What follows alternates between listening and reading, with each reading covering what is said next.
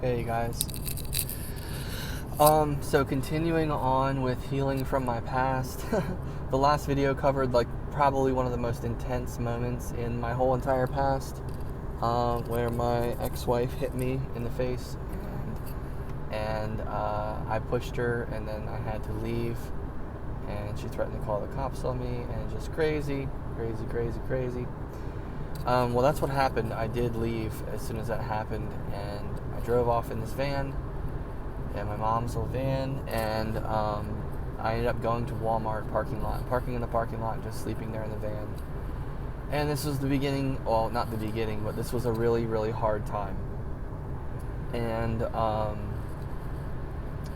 so I don't know how, but I eventually came back to the house with her where I was staying. And I can't exactly remember what happened next. I think we actually got through it, right? And but anyway, things didn't really get any better. They continued to be horrible and everything. And I remember being so depressed, stressed, and sad.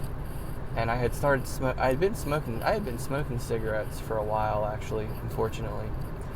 And I just remember standing in her bathroom, or in our bathroom, and had my head out the window, or basically had the window open, and I'm standing in the bathroom smoking a cigarette out the window. And just sitting there thinking, like, what the frick, what is my life? This is so crazy. I can't believe this is my life right now, you know? And, just so crazy. And, I realized quickly, shortly after that, that I thought things couldn't get any worse, and they would continue to get worse. And so I was like, God, please help me. I'm so afraid. I'm so afraid, and I'm so afraid of God. Like, some part of me deep down knew that He loved me, but I was still afraid to talk to Him or even deal with Him, because I felt like I had been so bad. I felt like I had turned my back on Him, which I did. I had turned my back on Him. But I just felt like He didn't want anything to do with me, And I was so afraid of His wrath, His vengefulness, and all these things. And I was so tricked by the devil, right? And so I just was trying to get His help and pray, and was basically like, please help me. And I was just like, I don't know what to do. I might not be willing to make a lot of changes I need to make here, but I know that if I read my Bible, that good things will happen, right? So I was like, okay, well, I'm going to read my Bible. And so I started reading my Bible, and it drove my ex-wife crazy. She always claimed to be a Christian, but it drove her crazy because she swore I was mocking her. She swore I was trying to aggravate her or antagonize her or something just by reading the Bible, which was so crazy because I so wasn't, And I just felt like that was antagonizing the demons or whatever. And they didn't like that, of course. And so that's what I'm doing. I'm reading my Bible, and things start getting better. But things got worse before they got better. And then my parents come to visit us, and then I ended up deciding to get a job with them. And I end up driving to the Eastern Shore every week to work all week long, and then come home on the weekends to my wife there. And things were good, and things kept getting better and improving. And literally it was the time away that was making things better. That coupled with reading the Bible and seriously studying it, just reading it for real, and committing to it and sticking to it sticking to it. And so things started getting better, and then I would come back, and our communication would be great and everything, and then I would come back, and it would just be chaos. It would be chaos going on, just crazy stuff. Like, what the heck is going on? Like, the lights are on, and but nobody's home. And that was literally, the lights are on, but nobody's home. Like, all the stuff is out on the counter, there's all this stuff, and no one's home, and nobody knows where everybody is, and nobody knows what's going on. And I was like, well, dude, I was coming home, I'd be here, and I'm here, and nobody's here, so what the heck's going on? And a lot of crazy things like that. And then also, apparently she was pregnant, and she told me she was pregnant, and I was like, oh my gosh, she's pregnant, I'm going to be a dad, this is mind-blowing. I couldn't even comprehend it at the time. And then a bunch of stuff happened, and then it became, I don't know if you're pregnant or not. I don't even know. And then it's like, and then she's basically like, well, I don't know if I'm pregnant either. And I'm like, well, what the heck is going on? She's like, and she wouldn't give me a straight answer about anything. It was like, did you have a miscarriage? And like, it's like, well, I wouldn't give you, she's like not giving me a straight answer. She doesn't know all this stuff. So I don't know if she's pregnant or not. And I'm fighting with her and arguing with her in the middle of the night because she has a wine bottle and she's trying to drink it. And I'm like, what the heck are you doing? You're freaking pregnant. Stop drinking. What's wrong with you?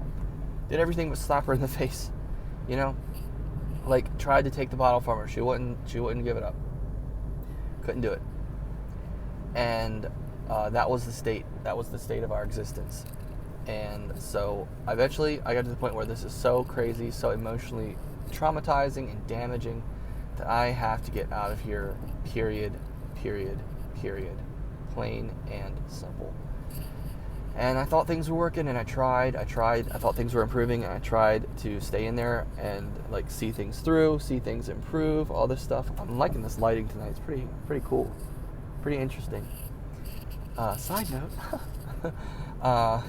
And so all this stuff's happening, and I'm starting to realize I need to get out of here. This is not good. I need to get out of here. I'm breaking down. I am so broken down, and I'm afraid of her.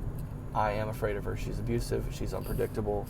She could stab me in my sleep. I don't know what she would. I'm not ruling anything out. You know what I'm saying? Like, it was literally an environment where it felt like anything could happen, and I was in dangerous waters.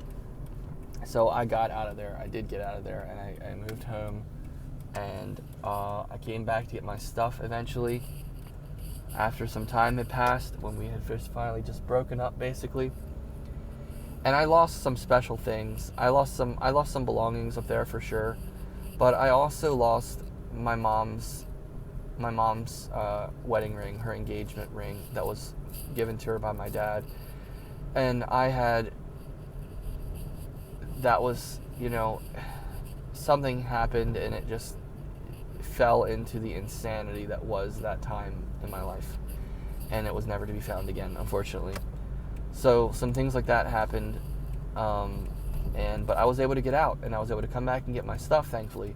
But now I was still married to her, and I had to deal with her and communicate with her in order to get this divorce.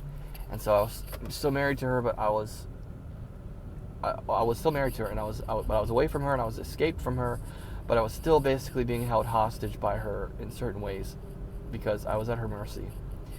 And this was just so much to deal with. She was such an explosive, dominating personality at worst, and really, really, really crazy stuff to deal with.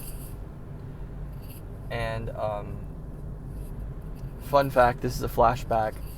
I haven't shared this part yet,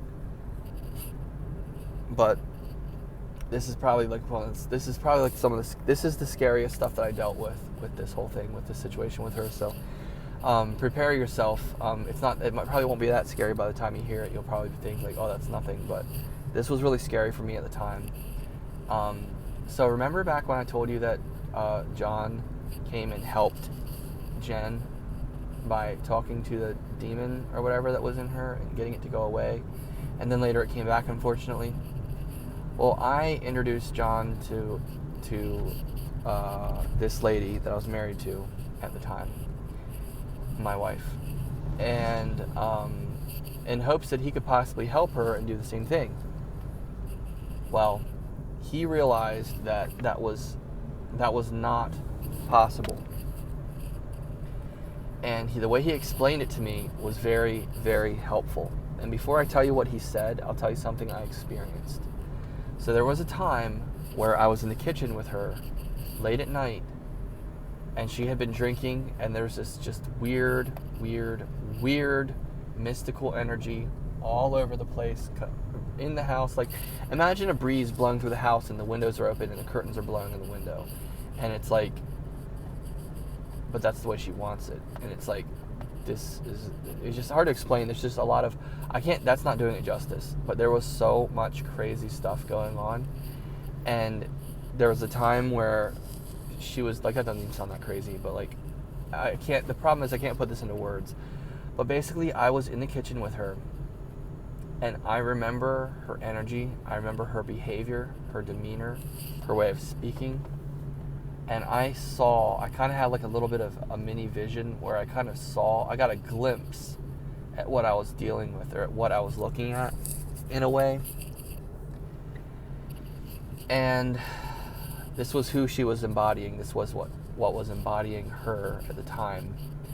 It was basically three high school girls, and they were all black, which doesn't, this is just for descriptive purposes. It's not like black is worse or better or whatever.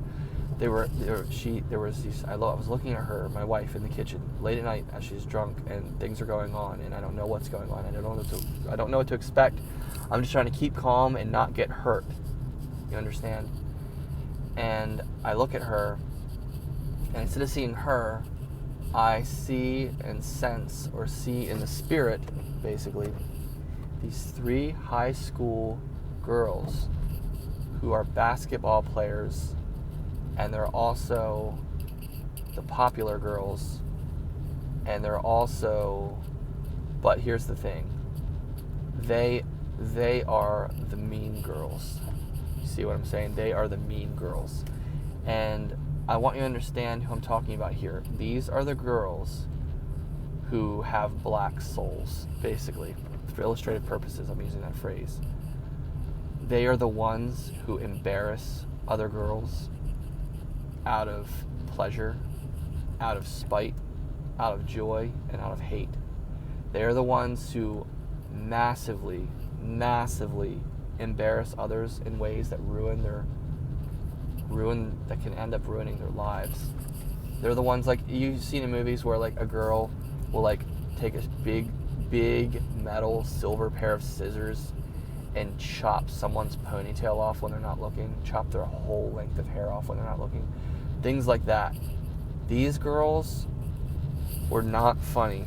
These girls were not fun. They were not to, you could not make fun of them, you could not play with them, you could not do anything with them. The only thing, and I felt everything that the people, that their victims felt like.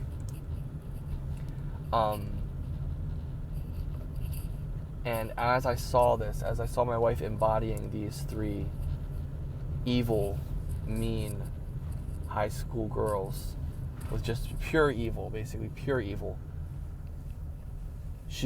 we're in the kitchen, and she goes into the drawer, and she's grabbing a knife, like a big knife. And I'm standing here, and I don't know what's going to happen next. I don't know what. There's like, you know what I'm saying?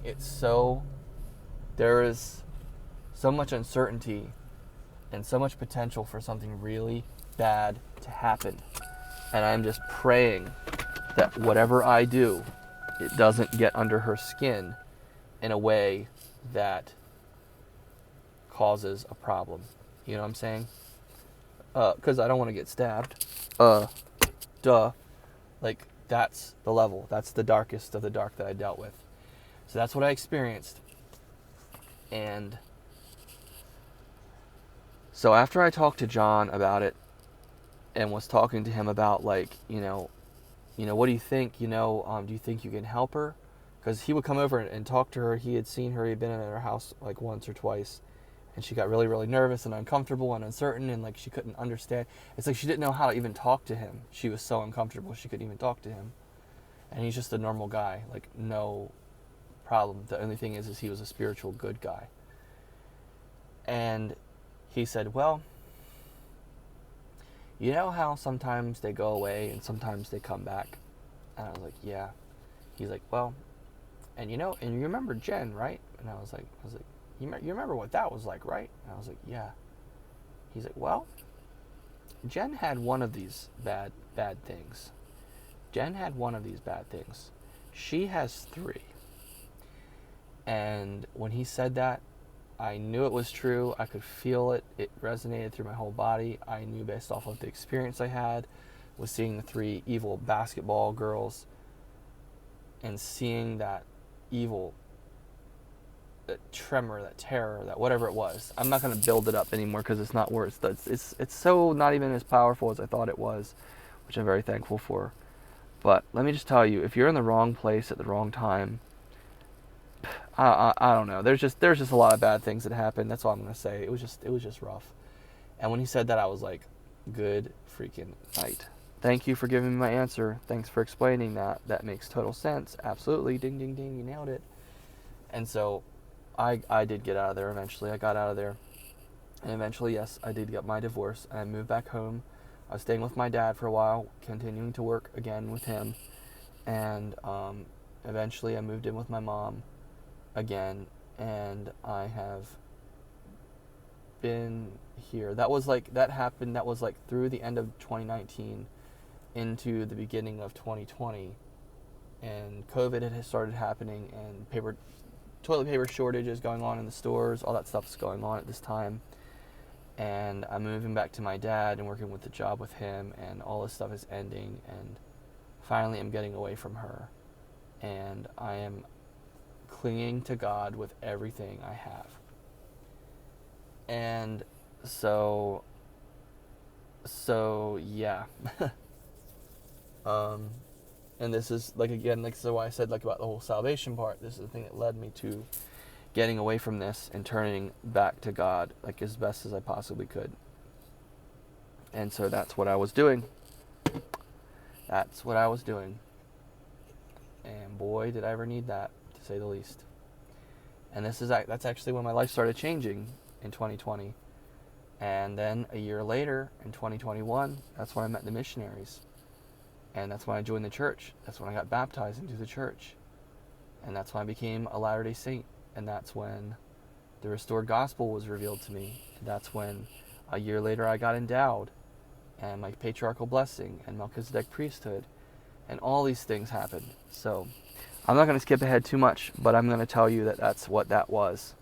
And so that's the end of the era of my horrible second marriage and my almost demise, I guess. That's the story of our lost baby / baby that didn't exist / don't know. Don't think there was a baby. I don't think there was a baby. I don't think she was pregnant. But I guess it's possible. And so yeah, that was what escaping that terror was. I escaped that terror. And I got into a much better part of my life. I got into the I am safe again. Hallelujah. Literally, hallelujah. I'm safe again. And next time I'll tell you the story. I'll tell you the story about driving back to get my belongings from her. Because that was its own thing. A really spiritual experience happened with that. I saw angels and snakes. I'll leave it at that. And so yeah, I'll tell you the rest about that next time.